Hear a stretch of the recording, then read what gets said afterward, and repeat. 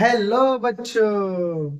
आज हम लेकर आए हैं आपके लिए एलसीआर परिपथ के लिए प्रतिबाधा एवं कालांतर के लिए व्यंजक। ये टॉपिक इसलिए ले आया गया है क्योंकि ये टॉपिक परीक्षा में आने की संभावना है। ठीक है, आइए समझते हैं एलसीआर परिपथ के लिए प्रतिबाधा एवं कालांतर के लिए व्यंजक कैसे ज्ञात किया जाता है। उसके उससे पहले हम ये समझेंगे कि एलसीआर परिपथ क्या होता है। तो एलसीआर परिपथ किसे कहते हैं, समझिएगा। एलसीआर परिपथ एक ऐसा परिपथ होता है जिसमें एक प्रेरकत्व, एक संधारित्र और एक प्रतिरोध को श्रेणी क्रम में जोड़ा जाता है। ठीक है, और इनको श्रेणी क्रम में जोड़कर एक प्रत्यावर्ती स्रोत से जोड़ा गया होता है। कुछ इस तरीके से, जैसे मान लीजिए हमारे पास ये एक प्रत्यावर्ती स्रोत है। ये हमारे पास एक प्रत्यावर्ती स्रोत है V is equal to V naught sine omega T.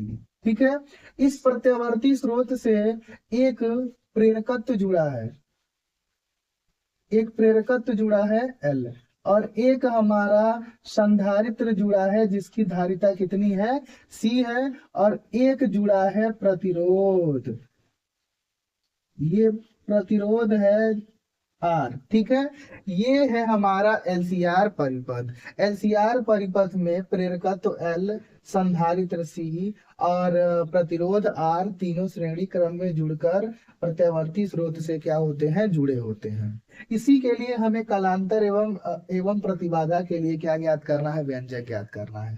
सबसे पहले तो हम इसका फेजर डायग्राम बनाएंगे, फेजर डायग्राम से सॉल्व करेंगे। तो फेजर डायग्राम बनाने के लिए हम कुछ इस तरीके से करते हैं और एकदम अच्छे से समझना है आपको। हम मान लेते हैं कि यहाँ पे हमारा जा रहा है क्या जी, धारा। क्या जा रही है, धारा आई जा रही है। तो आपको ये याद होगा पहले से कि अगर केवल प्रतिरोध R होता है तो धारा और जो विभव होता है यानी जो VR होता है, दोनों समान कला में होते हैं, यानी दोनों एक ही डायरेक्शन में जाते हैं। समझ में आ रहा है ना। और दूसरा, अगर प्रेरकत्व L होता है तो वो धारा से 90 डिग्री अग्रगामी होता है, यानी VL ऊपर जाएगा। और अगर संधारित्र C होता है केवल, तो इसका जो वोल्टेज है वह धारा I से 90 डिग्री क्या होता है, पश्चगामी होता है। क्या होता है, पश्चगामी। धारा से VL जो है वह 90 डिग्री अग्रगामी होता है, इसलिए ऊपर गया है, और ये 90 डिग्री पश्चगामी होता है, इसलिए नीचे गया है। ठीक है ना। और याद रखिएगा आप लोग, ज्यादातर केस में देखा जाता है कि VL जो है, एक मिनट यहाँ लिख देते हैं, VL जो है वो बड़ा होता है किससे, VC से। तो अगर हम इसका और इसके परिणामी की बात करें तो वो किधर जाएगा, ऊपर जाएगा, क्योंकि VL बड़ा है। तो इसका परिणामी हो जाएगा VL माइनस VC। ये इसका और इसका क्या है, परिणामी है। अब बचा दूर, एक ये बचा और ये ये बचा। इन दोनों का परिणामी किधर जाएगा, तो इन दोनों का परिणामी जाएगा, इसको हम इधर बढ़ा देंगे, इसको इधर बढ़ा देंगे और इसको ऊपर बढ़ा देंगे, ऐसे करके। तो ये जहां पे मिलेंगे वही इसका क्या जाएगा जी, परिणामी जाएगा, और ये हो जाएगा हमारा परिणामी वोल्टेज V। ठीक है ना। ये हमारा फेजर डायग्राम है, यहाँ का कोण ही होता है क्या जी, कालांतर। धारा और परिणामी वोल्टेज के मध्य जो कोण होता है उसे ही क्या कहते हैं, हम लोग कालांतर कहते हैं। तो सबसे पहले हम करेंगे क्या, हम यहाँ पे लगाएंगे पाइथागोरस प्रमेय। कौन सी प्रमेय लगाएंगे, पाइथागोरस प्रमेय। पाइथागोरस प्रमेय से, पाइथागोरस प्रमेय क्या होता है, पाइथागोरस प्रमेय ये होता है कोण का स्क्वायर बराबर लंब का स्क्वायर धन आधार का स्क्वायर। हम एक त्रिभुज कोई पकड़ लेते हैं, ये त्रिभुज मान लीजिए हमने पकड़ा। इस त्रिभुज में अगर बात करें तो इस त्रिभुज में ये जो है ये हो जाएगा VL माइनस VC, क्योंकि ये इसके क्या होगा, बराबर होगा। और यहाँ से यहाँ तक की दूरी जो होगी वो कितनी होगी, VR होगी। तो अगर, और ये जो है ये क्या है, हमारा कोण है। तो कोण का स्क्वायर, कोण मतलब क्या है, V स्क्वायर बराबर लंब का स्क्वायर धन आधार का स्क्वायर। लंब क्या है हमारा VL माइनस VC का होल स्क्वायर, और आधार क्या है हमारा VR है, तो हम इसको लिख देते हैं, ऐसे ही लिख देते हैं VR का होल स्क्वायर। ठीक है ना। अब आप याद रखिएगा कि जो VL होता है वो I इंटू XL के बराबर होता है, और जो VC होता है वो I इंटू XC के बराबर होता है, और जो VR होता है वो I इंटू R के बराबर होता है। ये तीनों के तीनों ओम के नियम से हुए हैं। किसके नियम से हुए हैं? ओम के नियम से। ओम के नियम से हुए हैं। यहाँ पे जो एक्सेल है इसको बोलते हैं प्रेरण प्रतिघात, एक्सी को बोलते हैं धारतीय प्रतिघात, और आर तो आप जानते ही हैं कि क्या होता है, प्रतिरोध होता है। अब हमने कहा कि इसको लिख दिया हमने V स्क्वायर बराबर, इसको लिख सकते हैं हम क्या I इंटू XL, माइनस इसको लिख सकते हैं हम क्या है जी I इंटू XC पूरे का होल स्क्वायर, धन इसको लिख सकते हैं I इंटू R का होल स्क्वायर। अगर हम दोनों में देखें तो दोनों में I स्क्वायर कॉमन होगा, तो हम उस I स्क्वायर को क्या कर देते हैं कॉमन, तो I स्क्वायर हो गया कॉमन, और यहाँ पे बचा हमारा क्या बचा है XL माइनस XC का होल स्क्वायर, प्लस यहाँ पे बचा है R का स्क्वायर।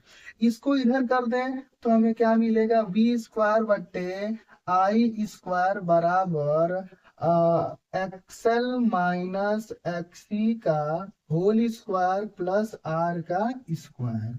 अब अगर ध्यान से देखिए, अगर हम इसको ऐसे कर देते हैं V बट्टे I का होल स्क्वायर तो कोई दिक्कत है नहीं, ये हो जाएगा हमारा XL माइनस XC का होल स्क्वायर धन R का स्क्वायर। ठीक है ना। अगर इसकी या ऐसे कर एक मिनट यहाँ दीजिए V बट्टे I बराबर अंडर रूट, ये स्क्वायर हटाएंगे तो इधर अंडर रूट चला जाएगा, under root XL minus XC का होल स्क्वायर धन किसका स्क्वायर R का स्क्वायर। ध्यान से अगर इस समीकरण को देखें तो V बट्टे I बराबर होता है R, जिसको हम प्रतिरोध कहते हैं, और यही ओम का नियम होता है। अगर इस समीकरण की ओम के नियम से तुलना करते हैं तो हम यह पाते हैं कि V बट्टे I जो है यह इस परिपथ का प्रभावी प्रतिरोध है, जो प्रेरकत्व संधारित्र C और प्रतिरोध R तीनों के कारण है। इसलिए इसे हम प्रतिरोध न कहकर क्या कहते हैं प्रतिबाधा, जिसे हम लोग किससे दिखाते हैं Z से। Z इज इक्वल टू होता है under root XL minus XC का होल स्क्वायर धन R का स्क्वायर। यही होता है हमारा प्रतिबाधा के लिए क्या जी व्यंजक। ठीक है ना। इसको देखिए, फिर इसके बाद हम आपको बताते हैं कलांतर के लिए कैसे व्यंजक ज्ञात किया जाता है। प्रतिबाधा के लिए व्यंजक Z बराबर under root XL minus XC का होल स्क्वायर धन R का स्क्वायर होता है।